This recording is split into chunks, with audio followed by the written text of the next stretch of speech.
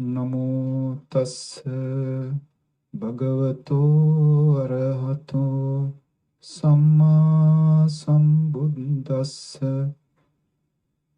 Namo tassa bhagavato arahato samma sambuddhassa. Namo tassa bhagavato arahato samma sambuddhassa. Khayam viragam amatam panitam yadajjaga sakyamuni samahito.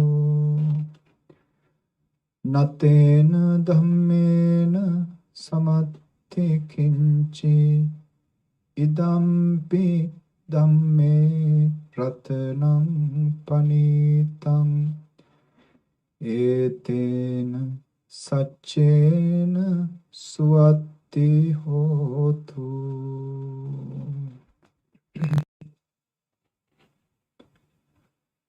Friends and children in the Dhamma,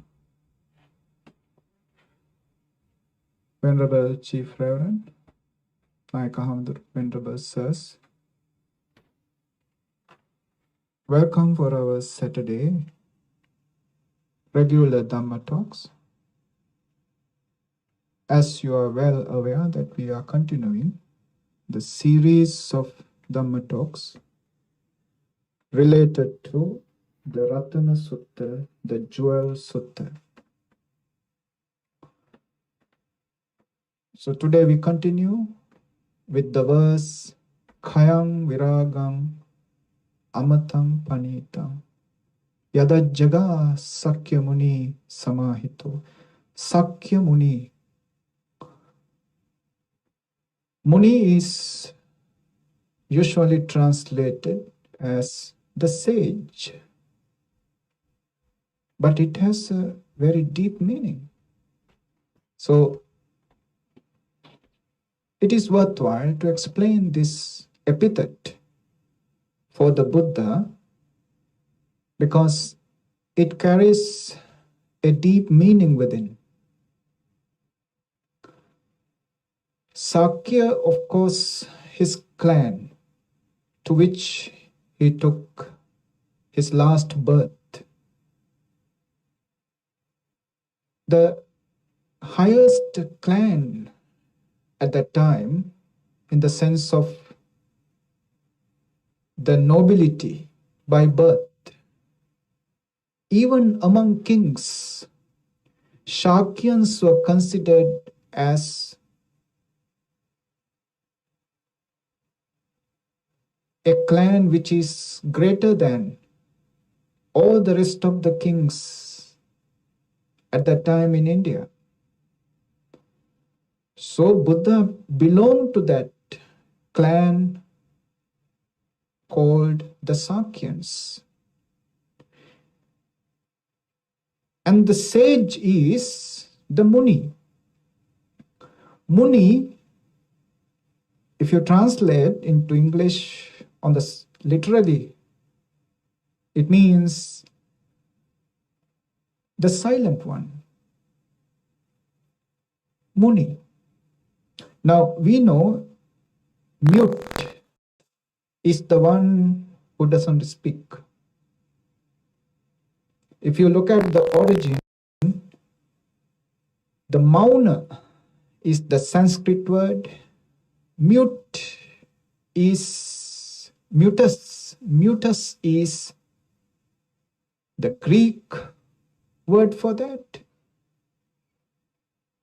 And in relationship with the old French and many other ancient languages, we can see the relativity, connection between these words towards the word Muni. The silent one. But this silence is not the silence of a person who cannot speak.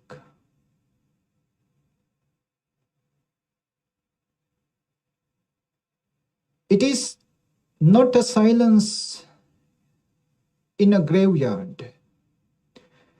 It is a silence in a pleasure park, a garden of flowers. So much of beauty is there. And that silence is brought out with the purity in his heart. What he achieved, what he realized, is not something that he can put into words. Is not something that verbally explained. It is beyond the three dimensions, and the words are just belong to that three dimensions. Therefore, he is mute. He has to be silent in his explanation of what he realized. All what he can do is to show the path, to explain the path, to achieve that goal. Not the goal, but the path. Not what it is, but how it is. Therefore, since he has to be silent about the goal of what he realized, he is the Muni, the silent one. In another sense, for 45 years after his enlightenment, just 2 hours of resting and the rest of the hours of his day was committed to teaching. And he was teaching to different groups of human and the divine, explaining his Dhamma in accordance with their understanding capacity, in accordance with the capability of the audience, by twisting and turning. He was teaching Dhamma in all sorts of manners to create some realization on that Dhamma. 45 years he was speaking a lot, so much of suttas. He taught, and they were memorized and put into textbooks. So how can you say that he's the silent one?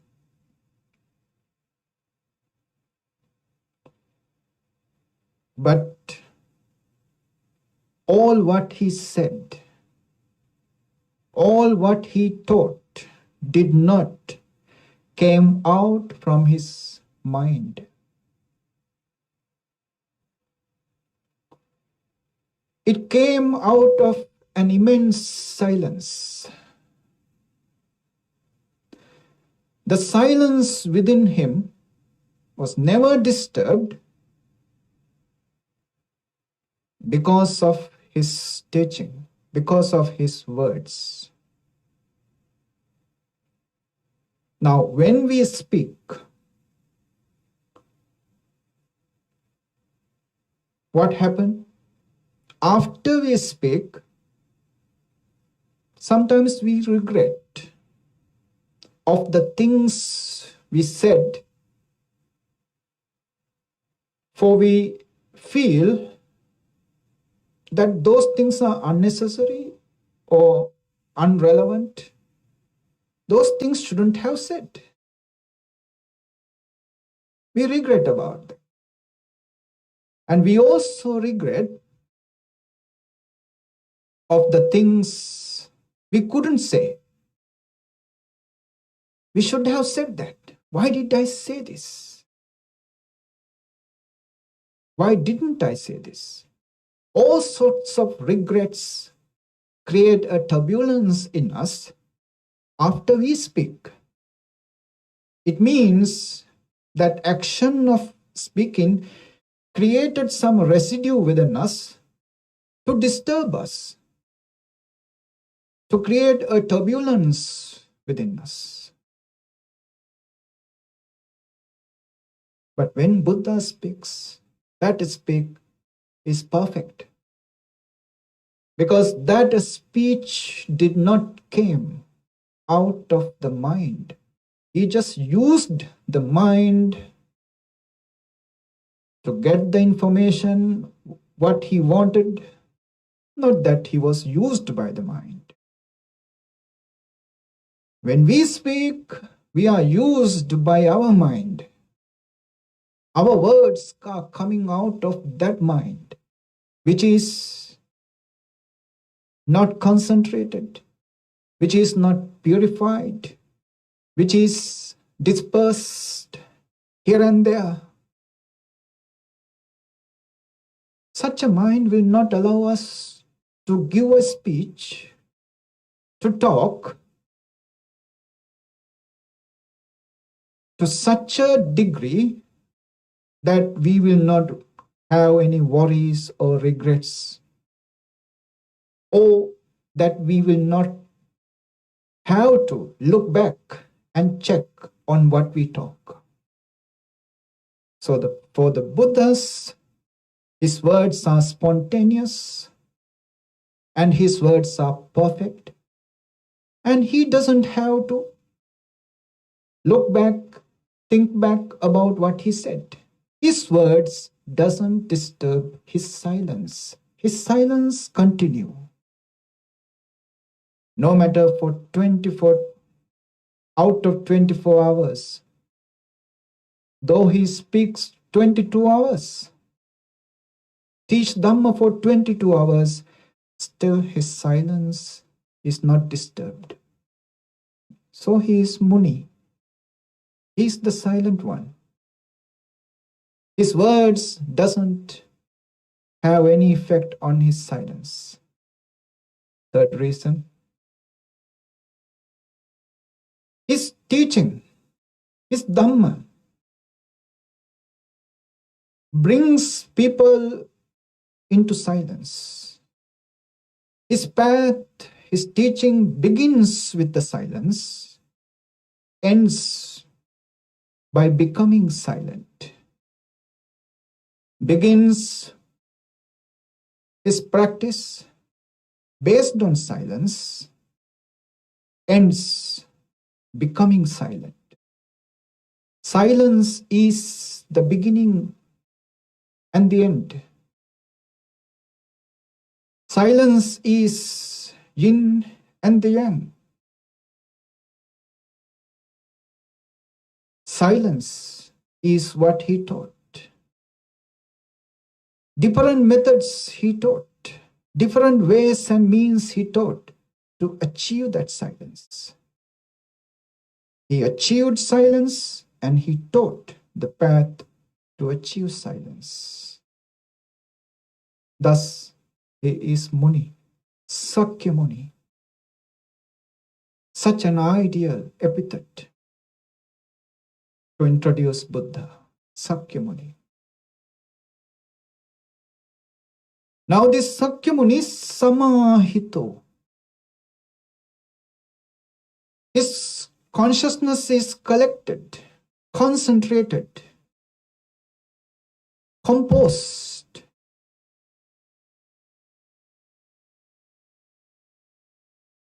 In that composed consciousness, yadajjaga, yang ajjaga, if something realized,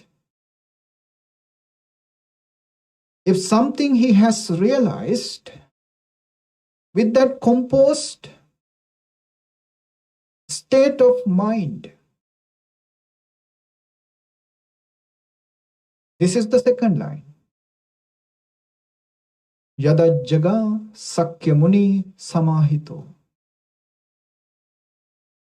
Sakyamuni, the sage of the Sakyans. Yadajjaga, young Ajjaga, if something has realized,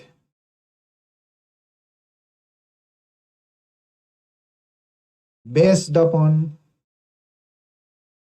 the consciousness which is composed, concentrated,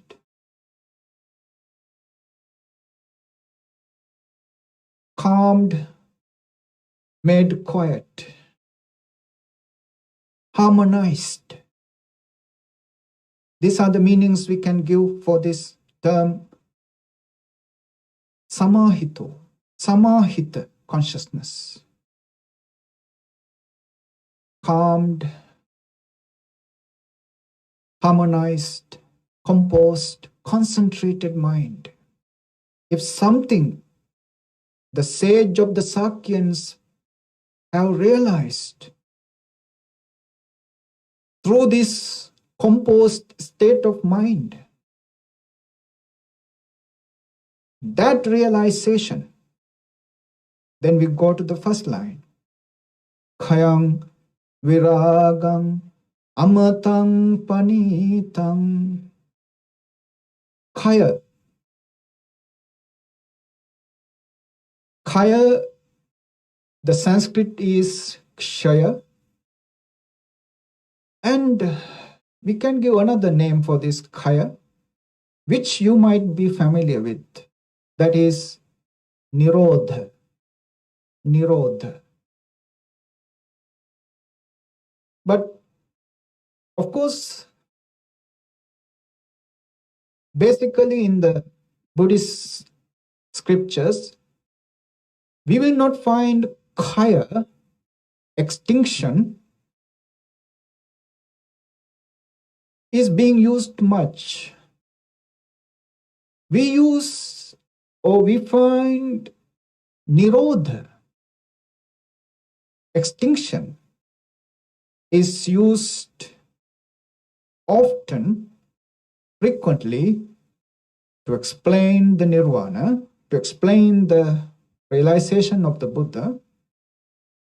But in this particular sutta, in this Ratana Sutta, instead of nirodha, the khaya, the extinction, is used. Now, khaya or kshaya, usually explained as a gradual extinction, a gradual removal, gradual destruction. It is used to explain the gradual destruction in the life as we are getting old. We are gradually losing our strength, energy, beauty,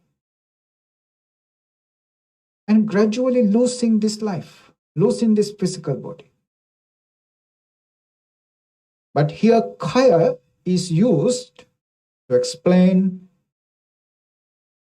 the extinction of the rest of the defilements. But here it is limited just for the nucleus of all the defilements, which is raga.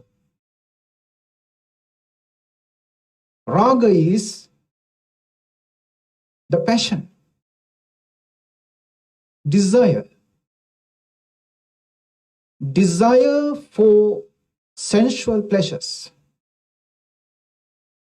This raga represents all sorts of desires, from the most intense desires to the lowest ones. All sorts of desires are represented by the term raga. Desires for what? Desires for sense pleasures. We call kama raga. This is the most powerful desire that all the beings in the realms of karma, 6 divine realms,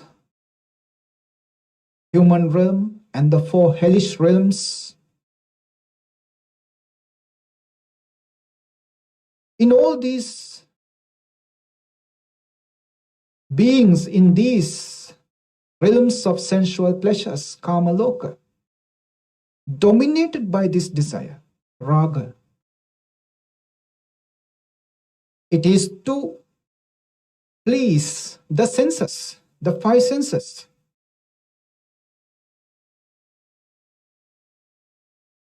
Forms, sounds, flavors,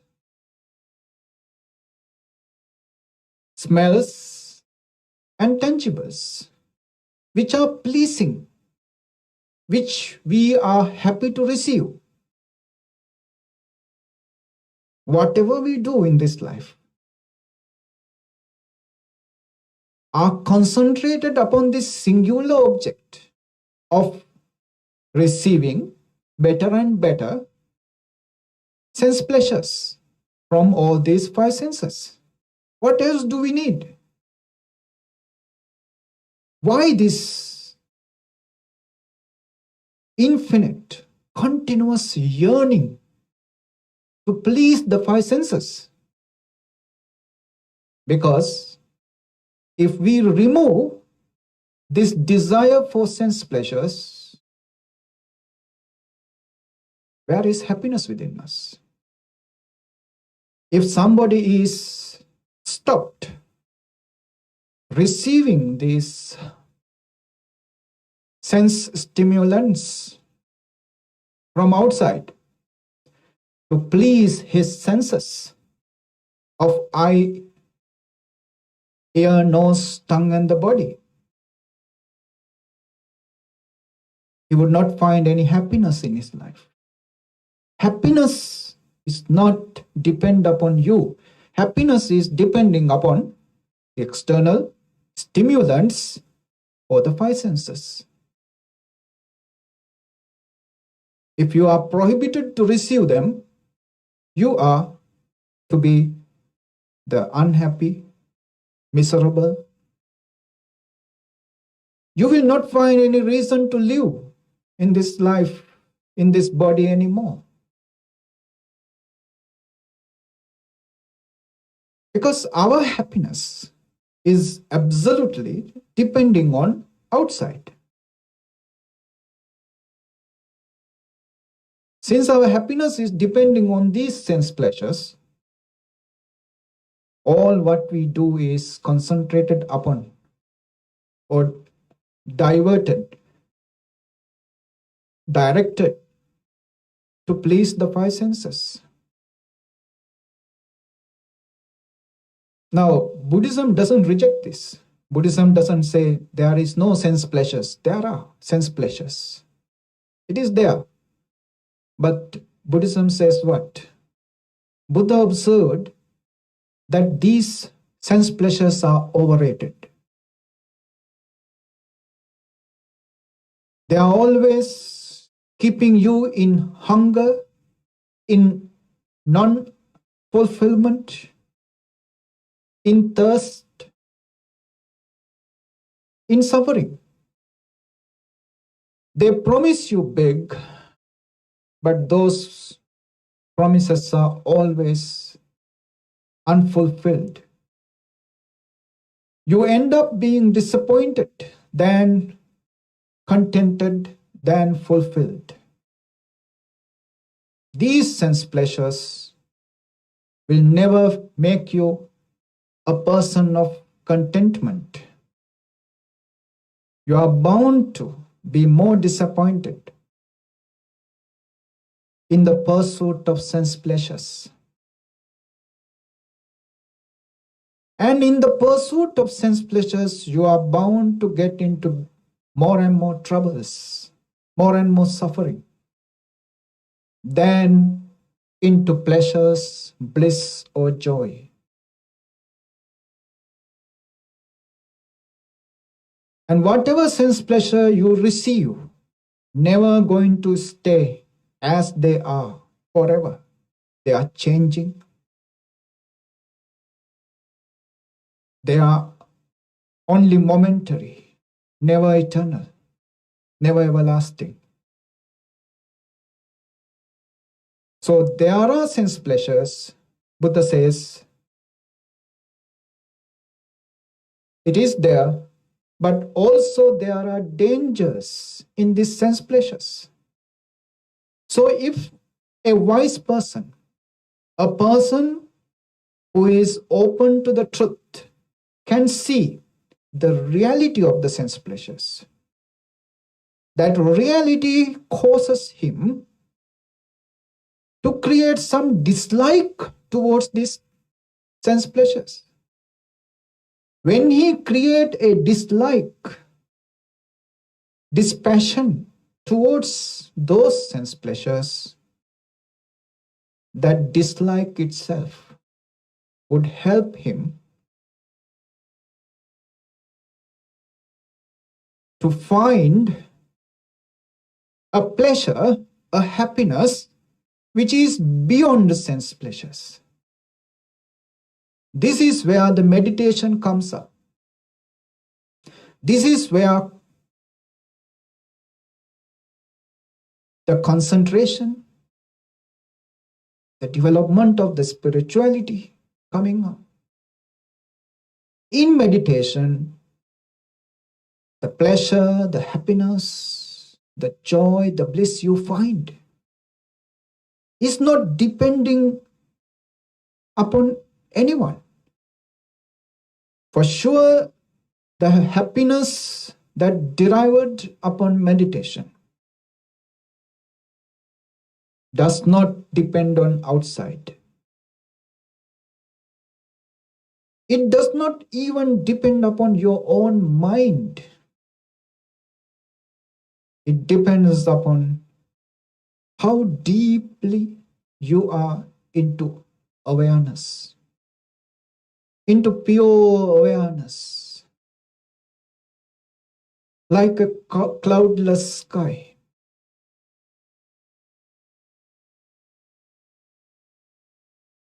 Absolute purity. How deeply you are into it, that much will be your happiness.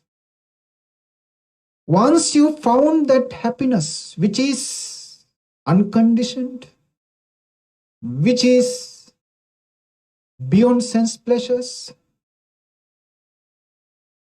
then that person will not create any desire for sense pleasures again. Because he has found something beyond and something far more joyful, long-lasting, powerful, blissful happiness within himself. Once you found that happiness, he will not look for the changing, momentary, sensual pleasures. He will not find any happiness out of them.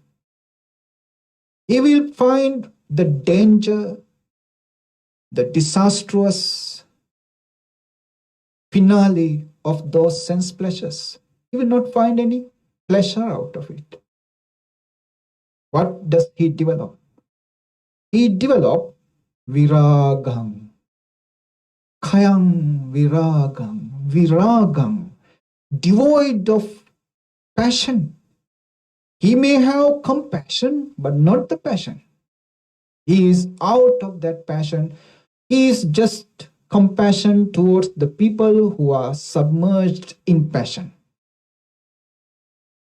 Only such a person who is out of the passion can be compassionate towards the people who are passionate, who are engulfed in the passion. Viragam. amatang panitam. Amatang. I'll give you another word very familiar to you. Nirvana. Amatang is nirvana. But in this sutta, Buddha doesn't use, the Blessed One doesn't use nirvana for enlightenment. He used the term amata.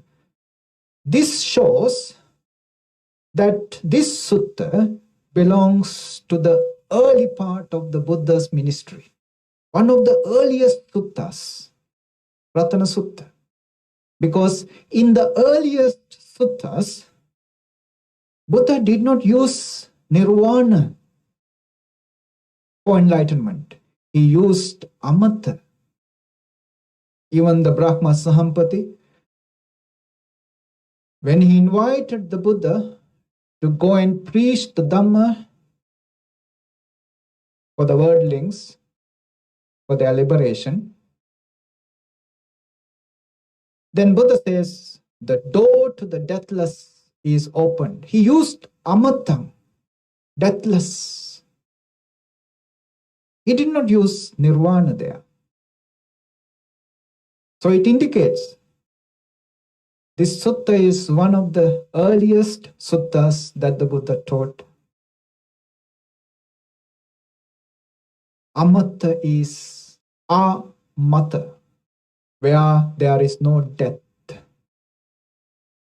Amata. If you translate in another context, it can find that amata is immortality, deathlessness.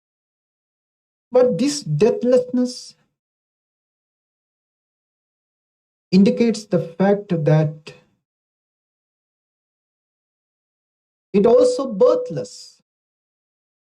It is not just deathless, it is also birthless, because where there is birth into a composed body, composed physicality, there is an end for that composed physicality sooner or later. So if the life arises, that life cannot last forever. That life must end.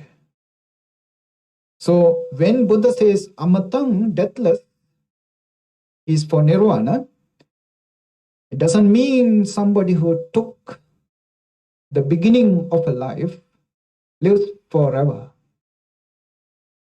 It means he has ended this process of coming into a new life and then dying and taking rebirth somewhere. This continuous process is over. Of course, as I said before, why Buddha is called the Silent One? One reason is what he realized is impossible to put into words.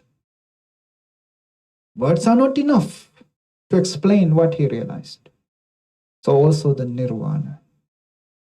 Now, even nirvana means vana, the desire, attachment, craving, whatever bondage you name, that is vana. Nir, destruction. Destruction of that bondage, attachment, craving is nirvana. Now, it is all in the negative sense. Even immortal. Mortal is what we know. What we don't know is immortal. It is explained in the negative sense. Connotation is negative. Why? Because they are beyond our imagining, beyond our thinking, beyond all what we know.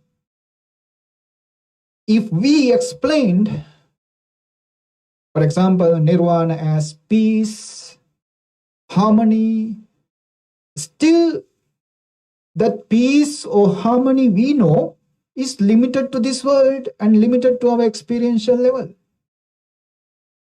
The peace you achieve at the nirvana, at all the removal of psychological bondages, is unimaginable, ununderstandable.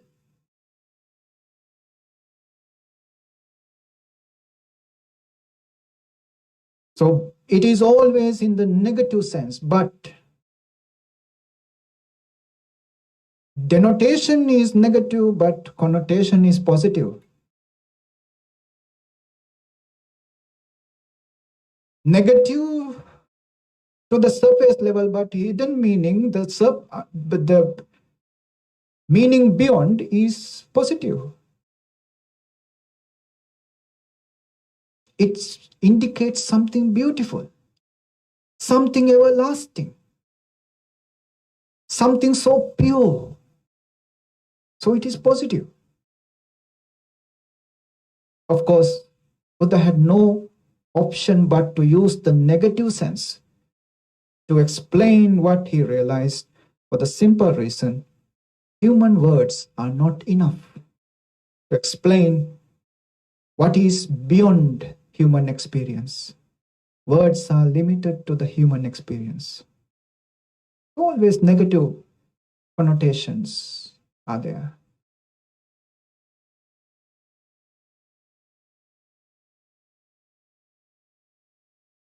Amatam. Then comes Panitam, supreme. Now, if we explain these two sentences, Sakya Muni, the sage of the Sakyans, Samahito, in his composed state of consciousness, Yada Jaga, if something has realized, that particular realization is Khayang, destroying, and Viragam, dispassion, Amatam, deathless, Panitam, supreme. This is the explanation that we can find for the two lines of this verse. Khayang viragam amatam panitam yadajjaga sakya muni samahito natena dhammena samatti kinchi. There is no Dhamma, samang atti, similar. Whatsoever, there is no whatsoever Dhamma in this world similar to this Dharma. What is this Dharma? The Dharma that the Buddha realized. Buddha did not produce this Dhamma. This is not something he learned from somewhere. This is he realized. And this Dharma represents the true nature in the world. The reality, the truth, nothing else. And that truth and this Dhamma ultimately confined to the ninefold supramundane Dhammas. We call them Navalokuttara Dhamma. And that Navalokuttara Dhamma are the goal of Buddha's teaching, instructing, guiding people with his instructions, with his discourses, sermons.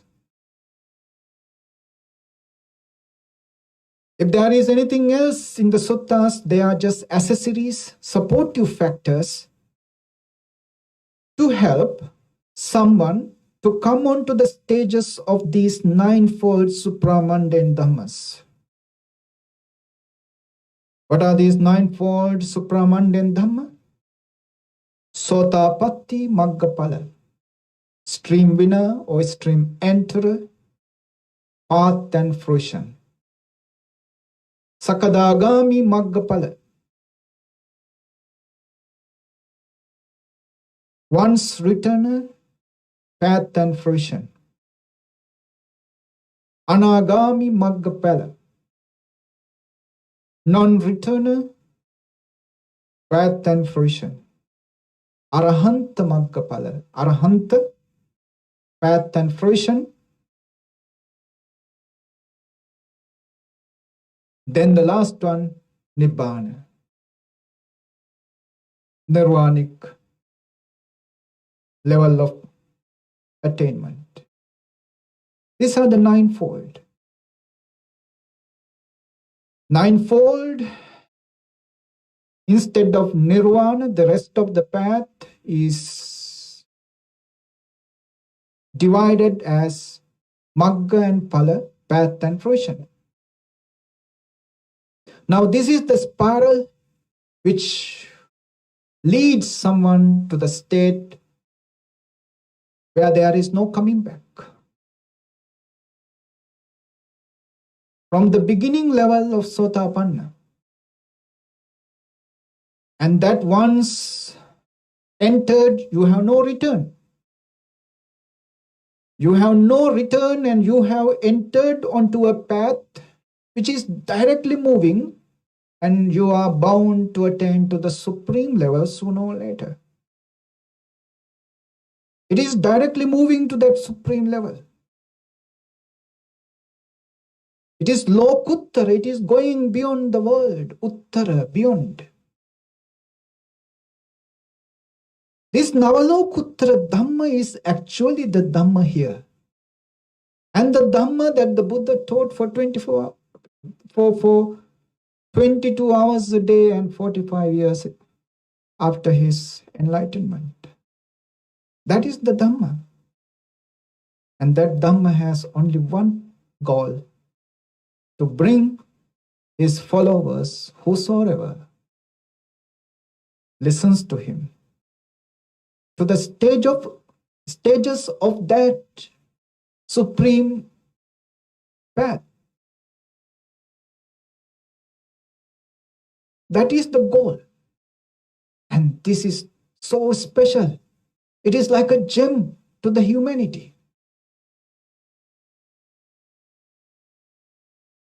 This quality of the Dhamma is a gem. Now in this sutta, you can find, Ratana Sutta, when Buddha says Dhamma Ratanam or Saṅgha Ratanam, Buddha Ratanam here, it is not that Buddha is a particular valuable object like gem, Ratanam, a jewel.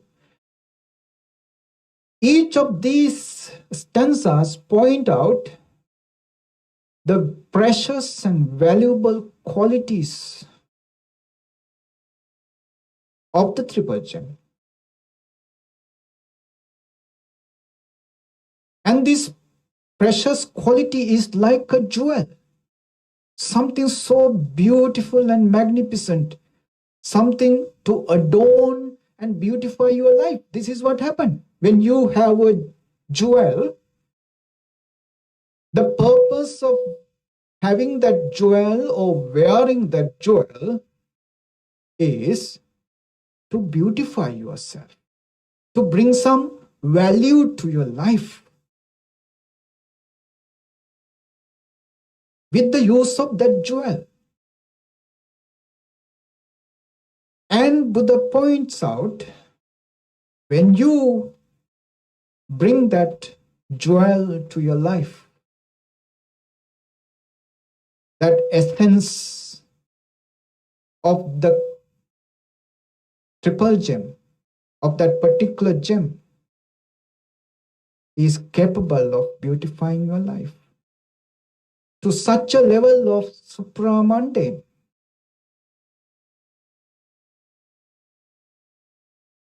Natena dhammena samattikinchi.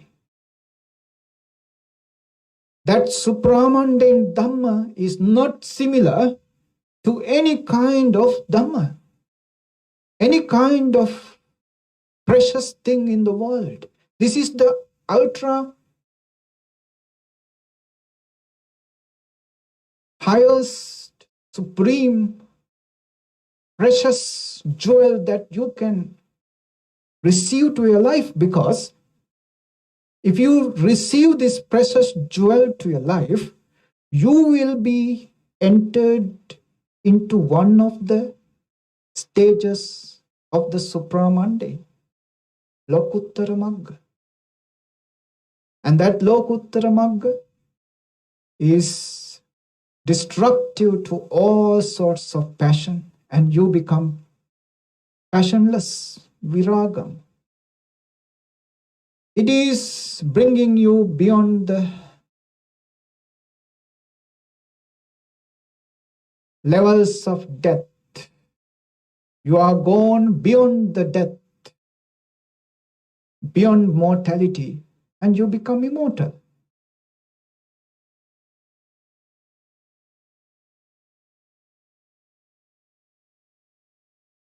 Natena dhammena samattikinchi.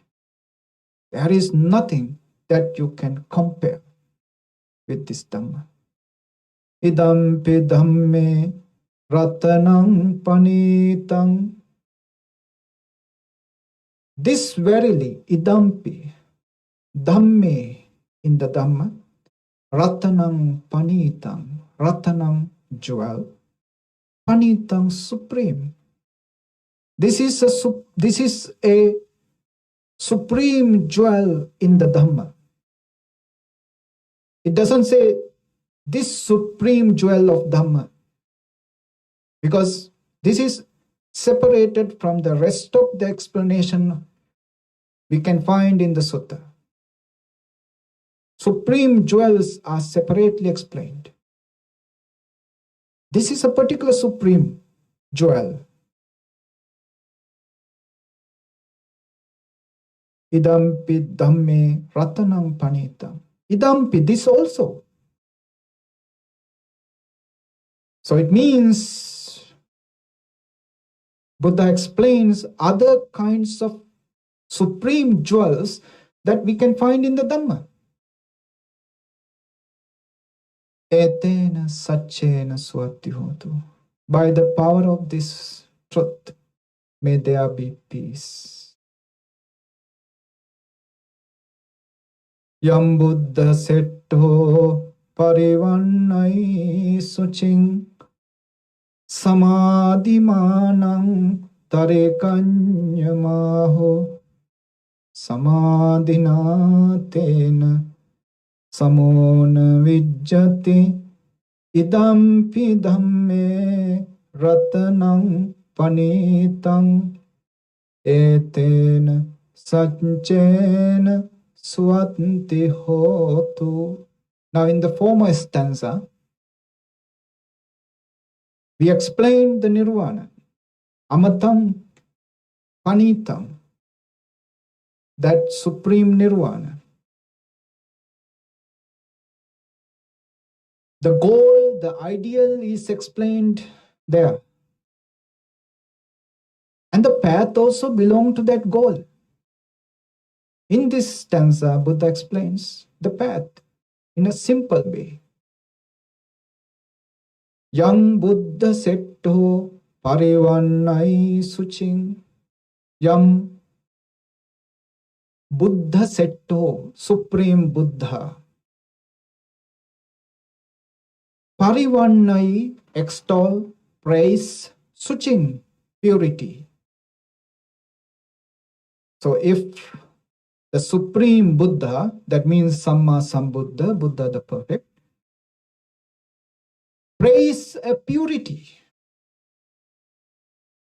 Samadhimanam tarikanyamaho.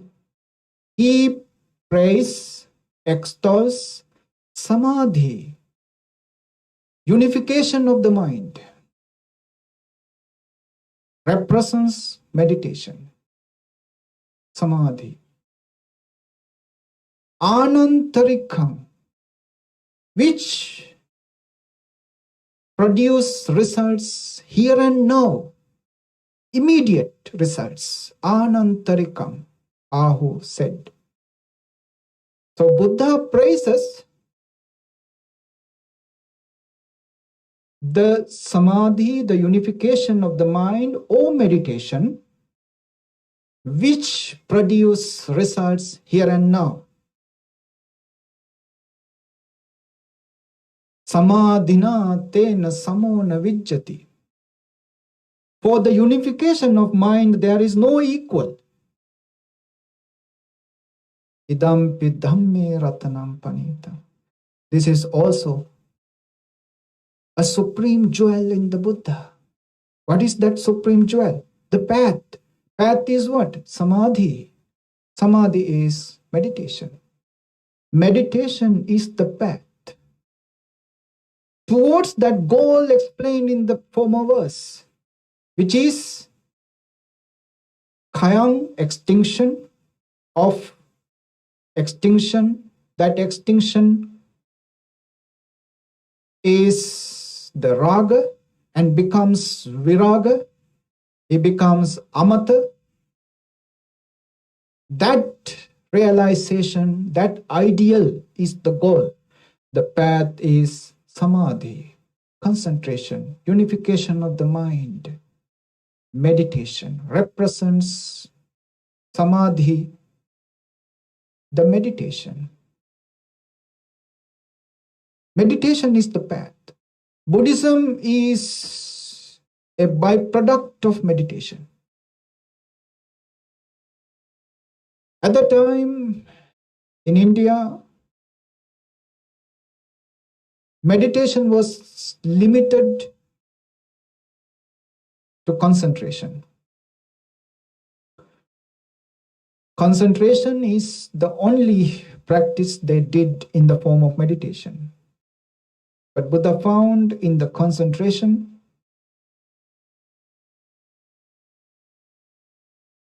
you suppress the defilements and achieve a purity.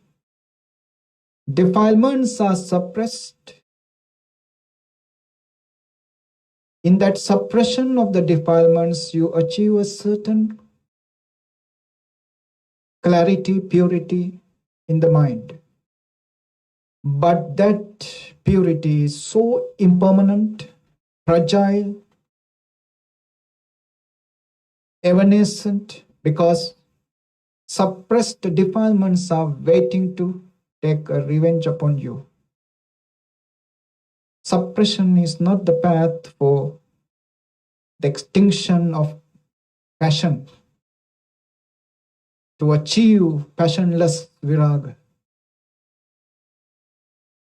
So they have developed to the utmost level of concentration, but still their defilements are untouched. Blessed One, as the unenlightened Bodhisattva, he understood there must be another technique, another method to get rid of those suppressed defilements, those defilements lying within, hidden inside.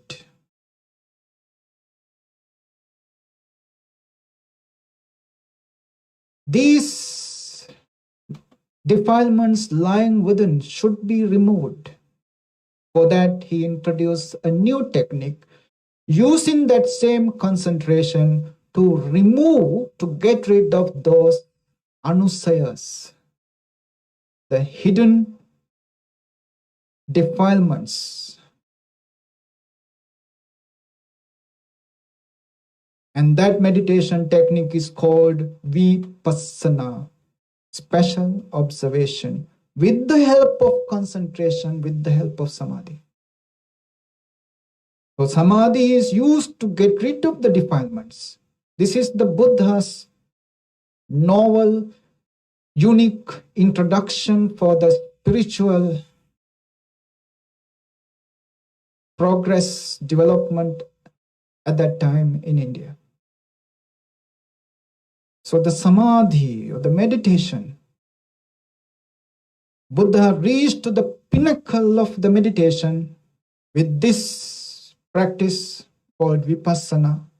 where the rest of the world at that time stopped at the level of concentration. Buddha developed that concentration to use all the achievement of purity through the destruction of defilements.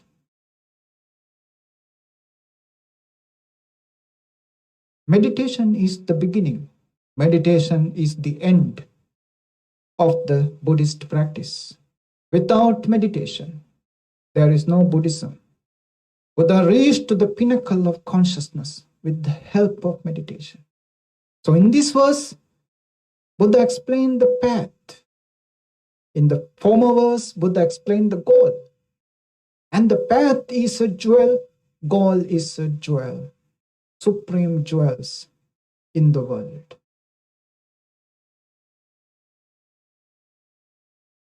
That's enough for today. Today, this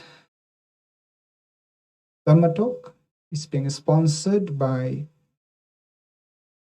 Mr. and Mrs. Shanta Atalage, Shyama Atalage, especially because of the birthday celebration of Mrs. Shyama Atalage and Keoni Atalage. With the offering of Dana tomorrow, they are sponsoring this Dhamma talk for the blessing of the birthday of Mrs. Shyama Atalage. And also, they are specifically aspire to share these merits, these beautiful merits that you generate in your hearts by listening to this Dhamma, by sharing this Dhamma, to Mr. Anuja Alvis, who passed away 11 years ago, and also to Mrs. Welgama. So let's share all these merits together with Anuja Alves and Mrs.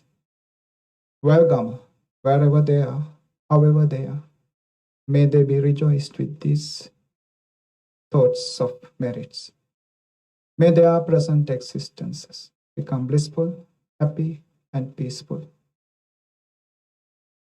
May for the sponsors, Mr. and Mrs. Atalage and family, may these merits become a supportive factor to be healthy, to be peaceful, to be happy, and to be protected in these difficult periods of COVID-19.